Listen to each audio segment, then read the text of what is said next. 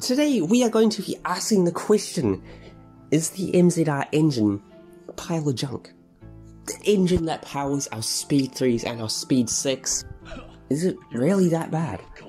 We gotta look into, reliability, the common problems in modding it, the charisma it does, the sound and all that, to finally answer, is it as bad as everyone makes it out it is?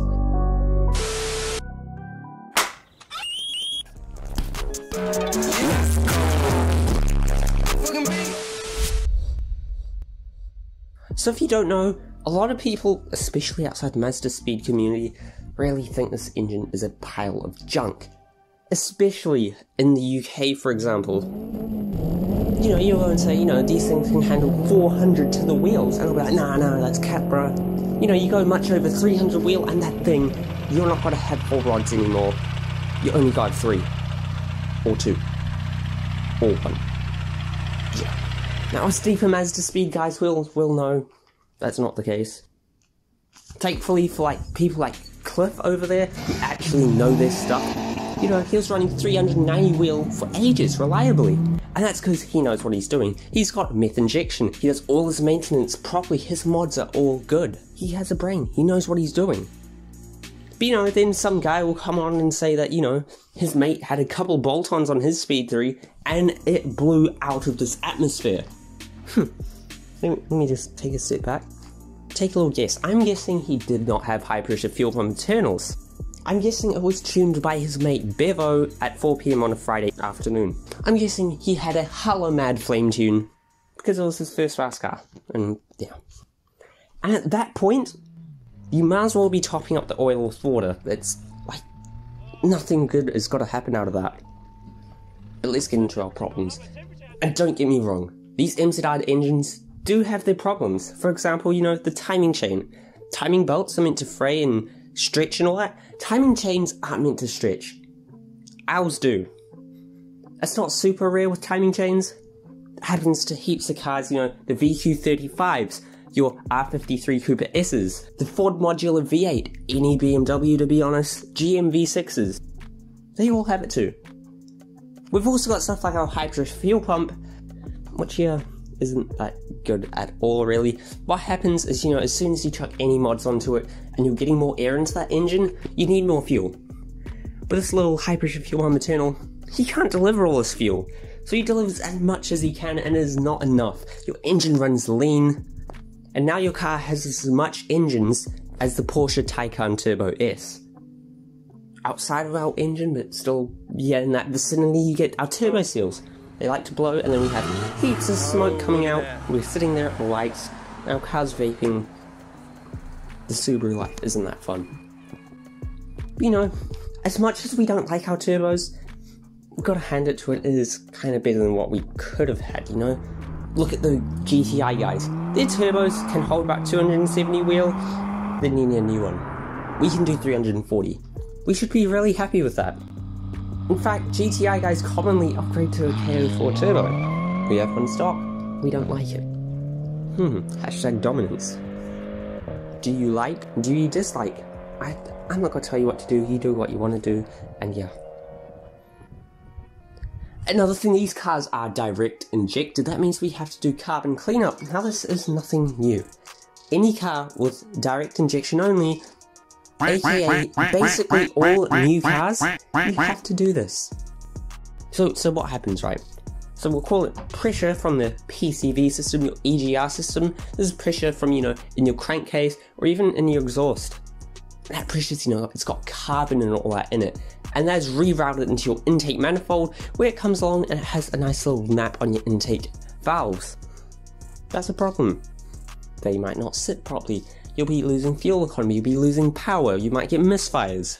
So you have to clean that off. And that's something you have to do with basically any new car. That's how it is, unfortunately.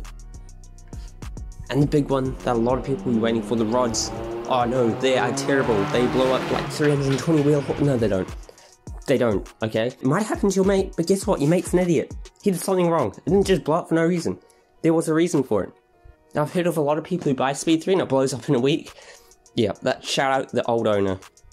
He or she did not treat it right. And that is super rough on you. I'm sorry about you. Screw the old owner. But anyways, back to the rods. They can hold 400 wheel horsepower if you treat them properly. You know, all the right mods, all the right maintenance. But honestly, that is pretty good. You look at the EJ25, they can hold about 360, and that kind of mount, they are steaming piles of garbage. So many issues. Evos at 360 wheel horsepower, guess what? They need head bolts. 4G63s, yeah. The bottom ends can hold more, but yeah, needing to open up that engine. GTIs, 350 wheel, then they're out, the Mark 5 and the Mark 6, that is. The SR20 DIT, that's like 380 and you're out.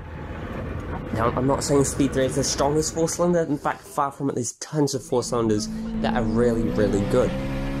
You know, for example, honestly, basically any Honda engine, the K-Series, the B-Series, Volkswagen's E888, that's in the Mark 7 GTI, the Golf R, the ODS 3, and all that, that is a very stout engine. And another thing with these engines, right, a common problem or something that you shouldn't do is putting on a vent to atmosphere blow-off valve without a tune.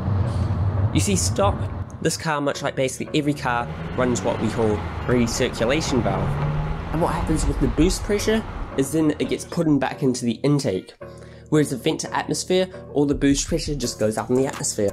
So the car knows that there's meant to be all this extra air coming in, so it will add in more fuel. So that then you get the right proportion of air and fuel. However, if the car thinks all that air is coming in, but it's actually on a vent to atmosphere blow-off valve and it goes out in the atmosphere, you know, when you let off, you're gonna run quite rich. Now this can be a big problem on a lot of cars. Subarus and Evos are really finicky with this. Speed 3s, I mean, it's not ideal, but it's definitely not as bad. I'd advise not to do it, but if you do want to do it, you can do it. Like, yeah. Whereas an Evo, it's a bit more of a problem. So then, but how do you make it be reliable? I'm going to tell you what to do. You got to do oil maintenance right. You know, oil changes every 3,000, at the very most 5,000, but preferably 3,000 miles. You know, you got to do your spark plugs, not all the time, but you know, a lot. If there's a problem, you're going to fix it. When you mod it, you got to do all the right mods. You're going to do a high pressure fuel pump internal, basically immediately. Don't just go on slapping all these random parts on hoping it adds power. You need to do it in the right steps. And very importantly, you gotta have a good tuner. It's basically the whole premise of how the engine runs and how reliable it is a good tuner. So don't just get a Cobb OTS tune. Get a pro tuner by someone who specifically tunes Mazdaspeeds. Then you'll be good. Another point I want to make is sound. Some say it sounds like a tractor, a lot of people do. I say it sounds like a Subaru.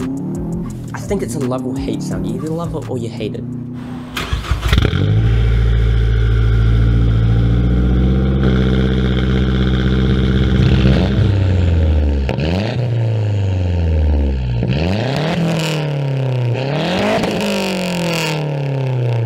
One thing that is highly overlooked on a lot of engines is charisma. You know, as strong as LS's are and how versatile they are, they're not that charismatic. But you know, with this engine, you got the sound that probably a lot of people do like. The way it comes into boost is very nice.